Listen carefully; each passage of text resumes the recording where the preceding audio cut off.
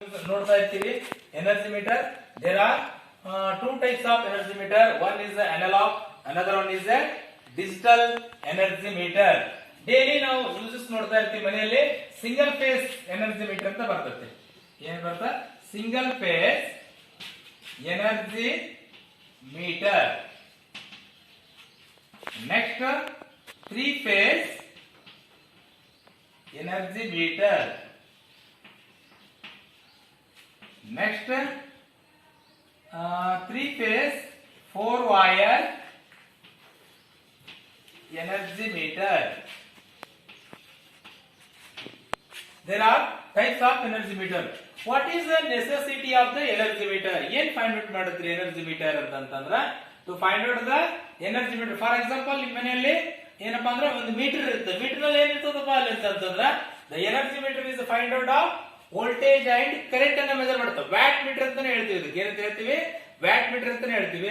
For simple ಆಗಿ ನಿಮ್ಗೊಂದು ಇದು ಬರ್ತದೆ, ರಫ್ ಒಂದು ಡೈಗ್ರಾಮ್ ಈ ತರ ನೀವು ನೋಡಿರ್ಬೋದು. ಎನರ್ಜಿ ಮೀಟರ್ ಅನ್ನ 1 2 3 ಈ ತರ ಸ್ಕ್ರೂ ಇರ್ತಾವು ನೋಡ್ರಿ. ಈ ತರ ಸ್ಕ್ರೂ ಇರ್ತದೆ. ಇದು single phase energy meter. This is a single phase energy meter. Load ಮನೆ ಒಳಗಡೆ ಇದು ಲೈನ್ ಮೇಲಿಂದ ಬಂದಿರುತ್ತಲ್ಲ ಲೈನ್, ಇದು ಫೇಸ್, ಇದು ನ್ಯೂಟ್ರಲ್, ಇದು neutral. This is the phase. ಇಲ್ಲೇನಾಗಿದೆ ನಿಮಗ ಈ ತರ ಒಂದು ಡಿಸ್ಕ್ ಇರ್ತದೆ. ಈ ತರ ಹಿಂಗ್ ಕನೆಕ್ಷನ್ ಇರ್ತದೆ. ದಿಸ್ ಎನ್ಲಾಗ್ ಬರುತ್ತೆ. ಡಿಜಿಟಲ್ ಇದ್ರೆ ಹಂಗ್ ಬರ್ತಾವ. ಈಗೆಲ್ಲ ಏನ್ ಬಂದಾವ ಅಂದ್ರೆ ಡಿಜಿಟಲ್ ಬಂದವು. This is the energy metre. Simple diagram. ಇದ್ರೊಳಗೆ 2 ಕಾಯಿಲ್ಗಳು ಬರ್ತವೆ, ಹೇಳ್ತೀನಿ.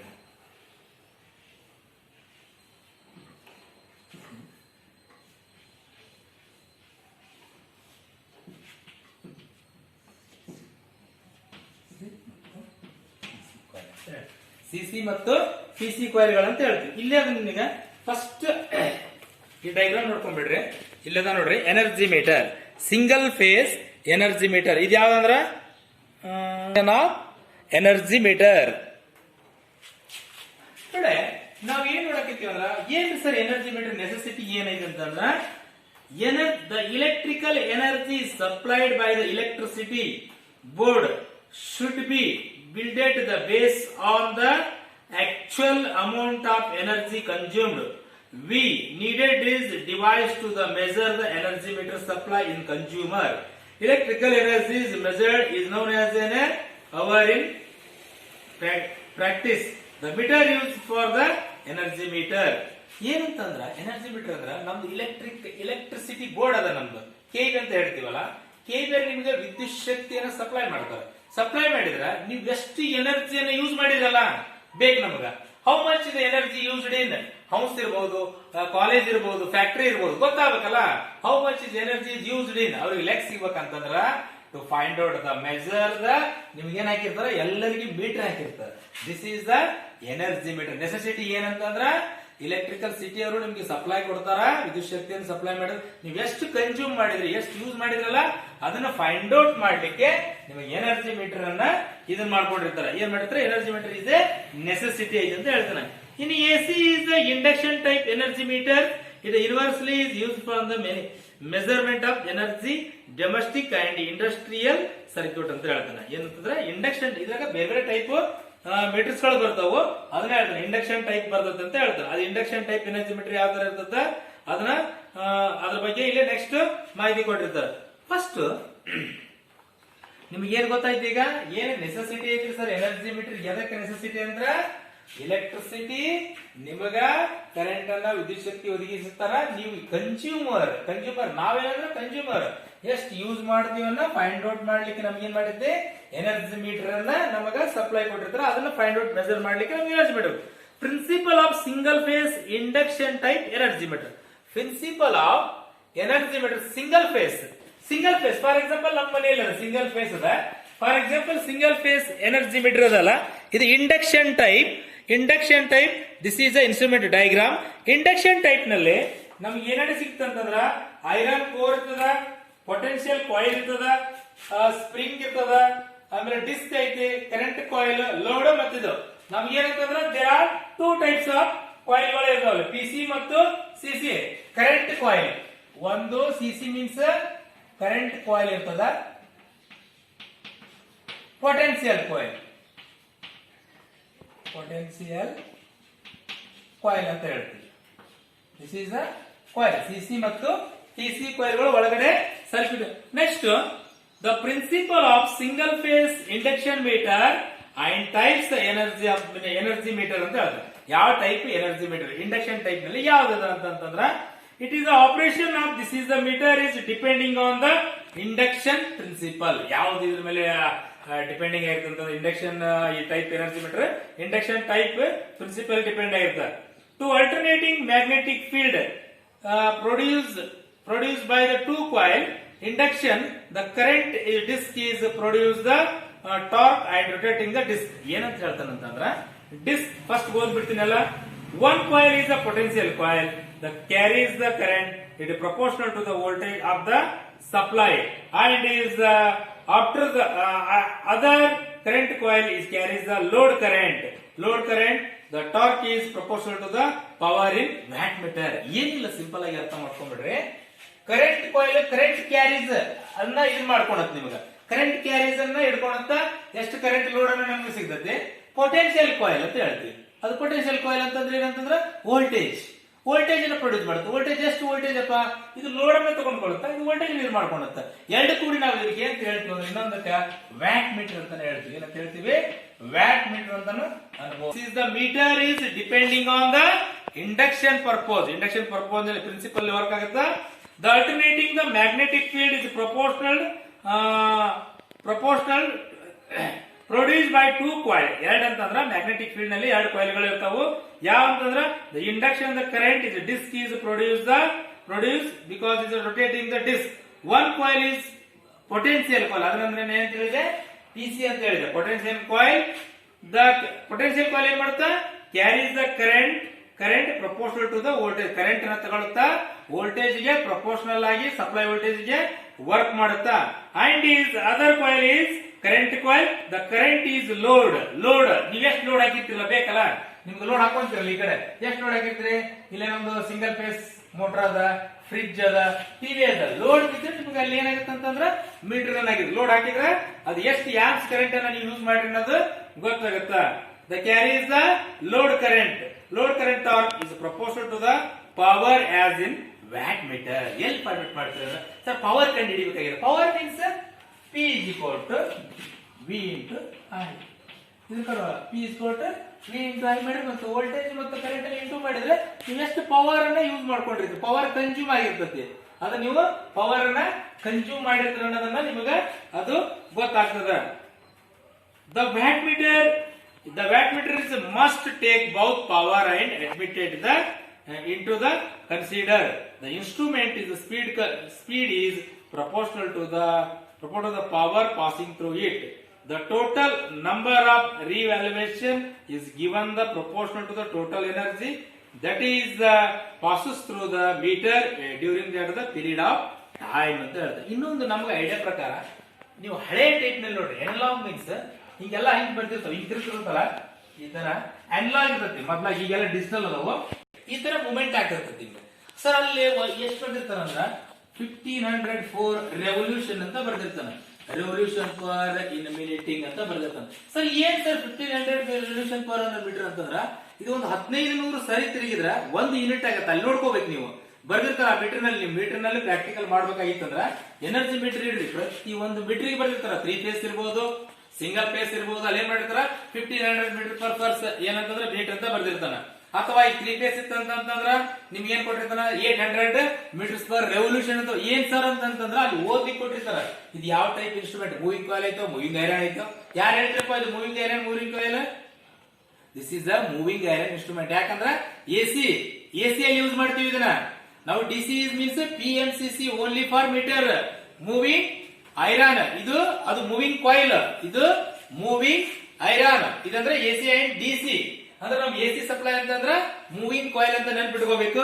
This is the induction type energy meter. ಏನ್ ತಿಳ್ಕೊಬೇಕಂತಂದ್ರ there are two coil, one is the CC coil, current coil ಇರುತ್ತೆ, ಏನ್ ಕೆಲಸ ಮಾಡುತ್ತೆ ಬಿಟ್ಕೊಡ್ರಿ, ಲೋಡ್ ಅನ್ನು ಇದನ್ನ ಮಾಡ್ಕೊಳತ್ತ.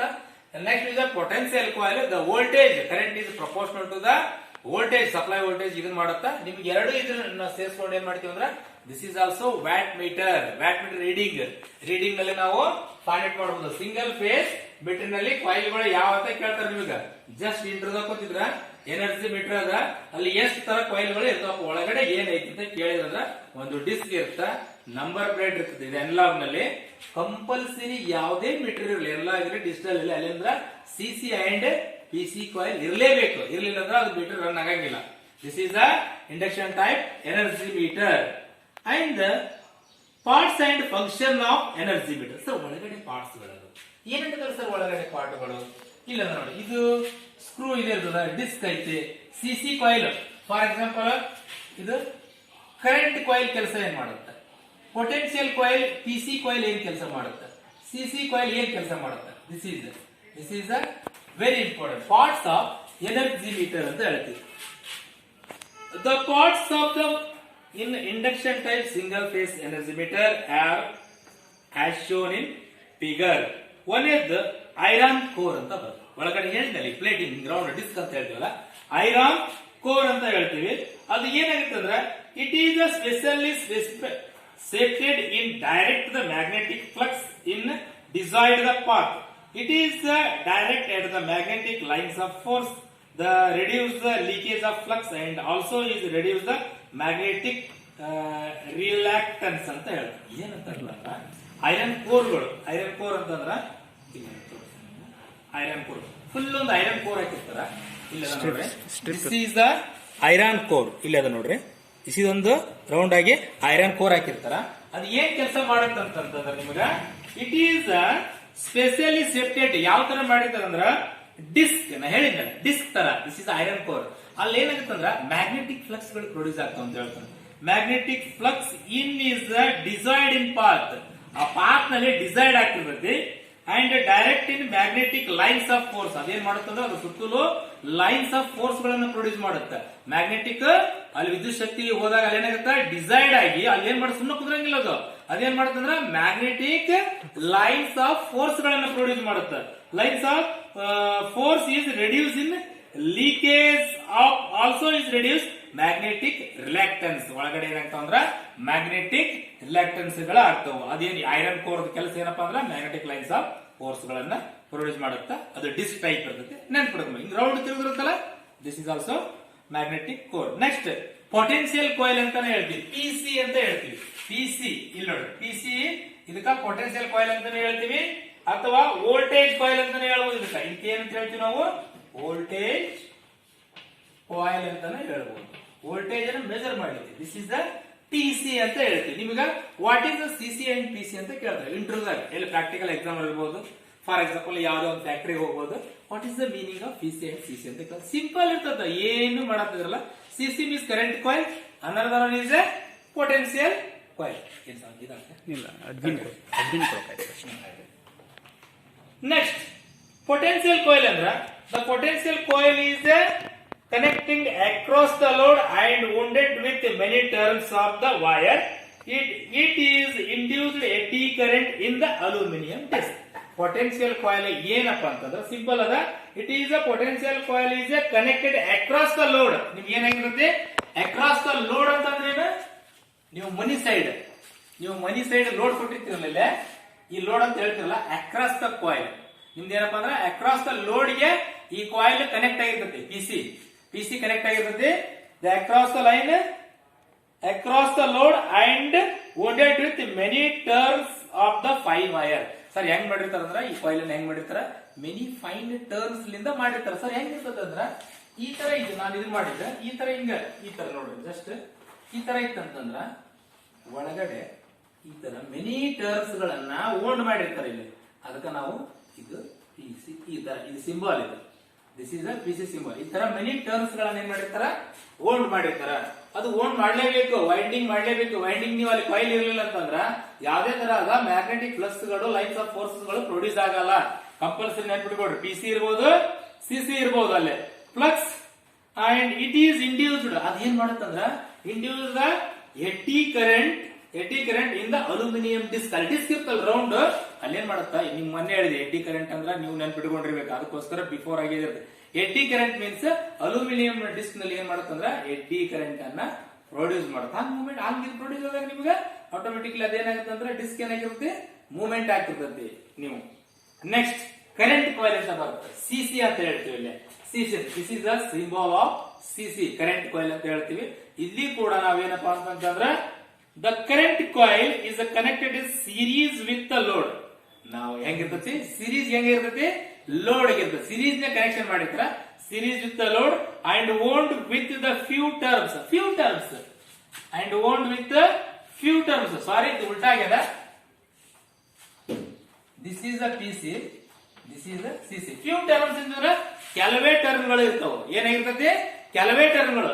ಇದು ಕನ್ಫ್ಯೂಸ್ ಮಾಡ್ಕೋಬೇಡ್ರಿ. This is CC, this is PC. Few term ಒಂದು, ಎರಡು ಅಥವಾ ಇನ್ನೊಂದು ಇರ್ತದೆ. ಫ್ಯೂ ಟರ್ಮ್ ಕೆಲವೇ ಟರ್ಮ್ಗಳು ಇರ್ತದೆ, ತಿಕ್ಕಿರ್ತಾವು, ಕೆಲವೇ ಟರ್ಮ್ಗಳು ಇರ್ತಾವು. ಈ ಎನರ್ಜಿ ಮೀಟರ್ ನಲ್ಲಿ ಅದು ಏನಾಗಿರ್ತಪ್ಪ ಅಂದ್ರ ಸಿರೀಸ್ ನಾಗಿ ಕನೆಕ್ಟ್ ಆಗಿರ್ತದೆ. ಎಲ್ಲಿ ಸಿರೀಸ್ ಆಗಿರುತ್ತೆ, ಲೋಡ್ಗೆ ಸಿರೀಸ್ ಆಗಿ ಕನೆಕ್ಟೆಡ್ ಆಗಿರ್ತದೆ. A thick wire, since they are must carry full load current ಅಂತ ಹೇಳ್ತಾರೆ. ಇದೇನಂತ ಅಂತಾರ, ಫುಲ್ ಲೋಡ್ ಕರೆಂಟ್ ಅನ್ನ ತೆಗೆದುಕೊಳ್ಳುತ್ತೆ. ಥಿಕ್ ವೈರ್ ಇರುತ್ತೆ, ಅದಕ್ಕೆ ಹೇಳೋದು ನಿಮ್ಗೆ ಎಷ್ಟಿರ್ಬೋದು, 2 ಅಥವಾ 3. This is the CC coil ಅಂತ ಹೇಳ್ತೀವಿ. This is the CC coil, this is the PC coil ಅಂತ ಮೆನಿ ಟರ್ಮ್ಸ್ ಇರ್ತದೆ. CC coil means thick wire, few coil ಅಂತ. ಫ್ಯೂ ಮೀನ್ಸ್ 3, 4, 5 ಇದು ಹಂಗಿರೋದು, ಜಾಸ್ತಿ 6, 7, 8 ಹಿಂಗ ಇದಪ್ಪ ಅಂದ್ರ ಕಾಯಿಲ್ಗಳು ಇರ್ತಾವ. This is symbol of PC and this is the CC ಅಂತ ಹೇಳ್ತೀವಿ. ಇದೇನಿದೆ, ಇದು ನೆಕ್ಸ್ಟ್ ಏನ್ ಮಾಡುತ್ತೆ ಅಂದ್ರೆ ಸಿನ್ಸ್ ಹಿಂಗಿರೋದ್ರಿಂದ ಈ ಕಾಯಿಲ್ ಏನಾಗುತ್ತೆ ಅಂದ್ರೆ they must be carry the full load current. They must be carry the full load current ಅನ್ನ ತೋರುತ್ತೆ. ನೆಕ್ಸ್ಟ್ ಡಿಸ್ಕ್ ಬರ್ತದೆ. ಡಿಸ್ಕ್ ಅಂದ್ರೆ ಫುಲ್ ಈ ತರ ಇರ್ತಲ್ಲಪ್ಪ ಡಿಸ್ಕ್, ಈ ತರ ಹಿಂಗಿರುತ್ತೆ ಒಳಗಡೆ, ಅದು ಡಿಸ್ಕ್ ಇರ್ತದೆ. This is the disc. Disc ಅಂತ ರೌಂಡ್ ಇರ್ತಲ್ಲ disc. This disc is a rotating element in the meter. Sir disc ಕೆಲಸ ಏನಂತಂದ್ರೆ ತಿರುಗೋದು. ವಿದ್ಯುತ್ ಶಕ್ತಿ ಕೊಟ್ಟು ಕೊಡ್ಲೆ ಅದು ಸರ್ ವಿದ್ಯುತ್ ತಿರ್ತ್ರಿ ಒಟ್ಟ ತಿರುಗೋದಲ್ರಿ ಅಂತ ಅನ್ಬಾರ್ದು. ನಿಮ್ ಮನೆಗೆ ಏನಾಗಬೇಕು, ಲೋಡ್ ಹಾಕ್ಲೇಬೇಕು ಕಂಪಲ್ಸರಿ. ಲೋಡ್ ಹಾಕಿದ್ರೆ ಮಾತ್ರ ಏನಾಗುತ್ತೆ ಮೂವ್ಮೆಂಟ್. ಲೋಡ್ ಅಂದ್ರೆ ಏನ್ ಸರ್, ಲ್ಯಾಂಪ್ ಹಚ್ಚ್ರಿ, ಟಿವಿ ಹಚ್ಚ್ರಿ, ಫ್ಯಾನ್ ಹಚ್ಚ್ರಿ, ಫ್ರಿಜ್ ಹಚ್ಚ್ರಿ. This is the load. Motor ಹಚ್ಚ್ರಿ, ಲೋಡ್ ಹಾಕಿದ್ರೆ ಮಾತ್ರ ನಿಮಗೆ ಮೂವ್ಮೆಂಟ್ ಆಗುತ್ತೆ. And it is the moving the vertical spindle. ಹೆಂಗಿರ್ತದ, ವರ್ಟಿಕಲ್ ಹಿಂಗಿಟ್ಟಿರ್ತಾರೆ. ಮನೀಶ್ ಇರ್ತಾರ ಅಂತ ನೋಡ್ರಿ. ಏನು ಮೀಟರ್ ಮೊನ್ನೆ ಹೇಳಿ ನಾನು ನಿಮ್ಗ, ಮೀಟರ್ಗಳನ್ನ ಕ್ಲಾಸಿಫೈ ಮಾಡ್ಬೇಕಾದ್ರೆ ವರ್ಟಿಕಲ್ ಆಯ್ತು, 60 ಡಿಗ್ರಿ ಆಯ್ತು, 90 ಡಿಗ್ರಿ ಆಯ್ತು, ಆಮೇಲೆ ಅಥವಾ ಹಾರಿಜೆಂಟಲ್ ಆಯ್ತು, ಇದನ್ನ ಫೈಂಡ್ ಔಟ್ ಮಾಡ್ತಿರ್ತಾನೆ ಅವನು.